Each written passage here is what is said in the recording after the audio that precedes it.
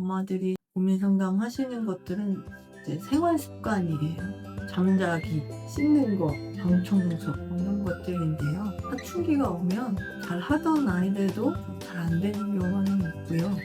근데 그거를 또 계속해서 서로 실행을 하면 정말 사이가 나빠져요. 너무 방 청소를 안 한다든지 너무 안 씻는다든지 그러면 보기가 좀 그렇긴 하지만 우리가 성인이 돼서도 뭐 계속 그렇지는 않잖아요. 뭐 어릴 때 그렇게 다녔어도 그런 경우에.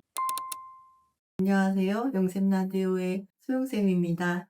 더운 여름이 꺾일 기세가 보이질 않네요. 모두 건강히 잘 지내고 계시죠? 제 직업이 상담사인 거 아시죠? 그래서 어떤 고민들로 부모님들이 아이들과 같이 상담실을 찾게 되는지 오늘은 가볍게 그런 얘기들을 해보려고 합니다. 그냥 편안하게 들어주시면 좋을 것 같아요. 요즘에 청소년 자녀를 두신 엄마들의 가장 큰 고민 3가지 정도만 제가 말씀을 드려보려고 해요. 들으시면서 '우리 집 얘기네.' 생각이 드실 수도 있고 또 '우리 아이는 안 그러는데 다행이다.' 이렇게 생각하실 수도 있을 거예요. 어떤 고민으로 저를 만나러 오시는지 먼저 3 위부터 소개를 해 드릴게요. 3 위는 아이가 가족들에게만 함부로 합니다. 이런 고민으로 오시는 경우예요. 밖에서는 예의도 바르고 모범적인데 집에서 가족들에게만 굉장히 함부로 하는 그런 친구들이 있어요. 엄마나 아빠한테 풀이도 많이 하고 동생을 괴롭히기도 하고 그런 경우들로 상담실을 찾는 경우가 있는데요. 이거는 좀 어릴 때부터 너무 과잉 보호를 했거나 아니면 사춘기에 접어든 자녀 같은 경우에는 어릴 때만 생각하시고 여전히 너무 과잉 간섭을 하셨을 때 아이들이 감정 조절이 잘 안 되는 시기가 되니까 가족들에게 좀 함부로 하는 경우가 많이 있는 것 같습니다. 저희 집 아이도 똑같아요. 얼마 전에 저희 딸하고 이제 좀비딸을 보고 왔는데 그걸 보고 나서 제가 사람들한테 "우리 집에도 지금 좀비가 하나 살고 있다." 농담 반 진담 반 그렇게 얘기한 적이 있습니다. 사춘기가 되면 막 눈빛부터 좀 달라지고 굉장히 좀 저항적이고 반항적이고 그런 모습들이 보여지는데 그것을 막고 누르려고 하면 할수록 더 튕겨져 나가는 것 같아요. 그냥 또 크느라고 좀 힘든가 보다 이렇게 좀 이해하고 느긋하게 좀 기다리시는 것도 필요할 것 같아요. 그리고 내향적인 가족들의 경우에는 가족 간의 대화가 부족해서 감정을 어떻게 좀 말로 표현을 해야 하는지 잘 이렇게 모델을 보지 못하고 또 본인이 표현할 기회도 별로 없고 말하는 걸 별로 좋아하지도 않으니까 말로 표현하는 게 좀 미숙해서 그렇게 짜증이나 뭐 행동으로 그렇게 옮기는 경우도 덜어 있어요. 밖에서 너무 긴장을 하는 경우에 가족들한테 그걸 좀 푸는 경우도 있습니다. 그런 경우에는 조금 받아주실 필요가 있어요. 외부에 나갔을 때 불안이 굉장히 높은 경우에 이제 아이가 집에서라도 좀 만만하고 편안한 가족한테 하는 경우이기 때문에 너무 과하지만 않으면 그냥 적당히 모른 척하시고 받아주실 그런 경우에는 필요한 케이스죠. 근데 저희 집에도 집에만 있으려고 하고 밖에 나가는 거는 좀 긴장을 하니까 그럴수록 또 너무 집에만 있으면 이제 경험할 기회가 좀 적어질 수 있으니까 편안한 사람들을 만날 수 있도록 좀 기회를 만들어 주신 그런 것들이 좀 필요합니다. 번째는 애가 공부를 안 하고 너무 나태하고 무기력합니다. 이런 경우로 찾아오시는 경우가 있어요. 지난번 영상에서도 좀 비슷한 경우인데 아이가 정말 많이 우울해서 무기력한 경우도 있죠. 그런데 공부만 놓고 봤을 때는 지금 하고 있는 공부가 나하고 잘 안 맞아서 좀 무기력해지는 경우도 있어요. 너무 내가 배우는 게 어렵거나 또는 너무 쉽거나 아니면 요즘에는 뭐 혼자 공부하는 경우는 드무니까 학원의 경우 학원 시스템이 너무 아이하고 잘 맞지 않는다든지 아니면 학원 선생님 친구들이 아이하고는 너무 좀 힘든 관계가 있다든지 그런 이유로 학원을 좀 왔다 갔다만 하지 적응을 못하고 갔다 오면 또 피곤해서 지쳐 있고 이런 경우도 있고요. 자발적이지 않고 그냥 억지로 부모님들이 이제 공부를 강압적으로 시킨 경우에 또 무기력해지는 경우가 있죠. 아이가 좀 그래도 해볼 만한 거 모든 과목을 다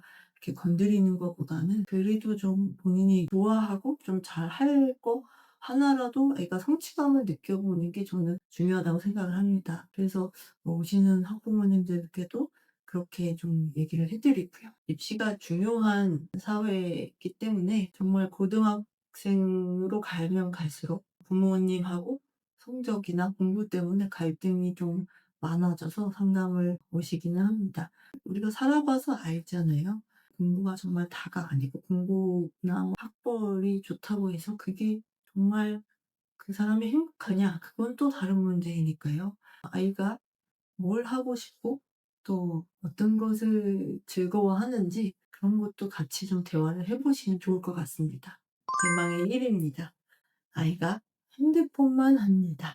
가장 많은 고민은, 저도 마찬가지입니다. 그래서 저의 동료 선생님들이나 스승님들한테 "얘를 좀 어떻게 하면 좋을까요?" 하고 자문을 구한 적도 있어요. 애가 밖에 나가는 것보다 집에서 이것만 들여다보는 것도 너무 좋아하니까 엄마로서 걱정이 되는 부분은 사실입니다. 아예 못 보게 하거나 너무 적은 시간만 노출을 하도록 허락하는 거는 저는 반대입니다. 정말 선정적인 동영상이나 너무 폭력적인 게임이나 그런 것은 이제 아이한테 정서적으로 좋진 않죠. 그냥 일반적인 게임, 여러 가지 콘텐츠들, 이런 것들이 아이한테 뭐 그렇게까지 지대한 영향을 줄까?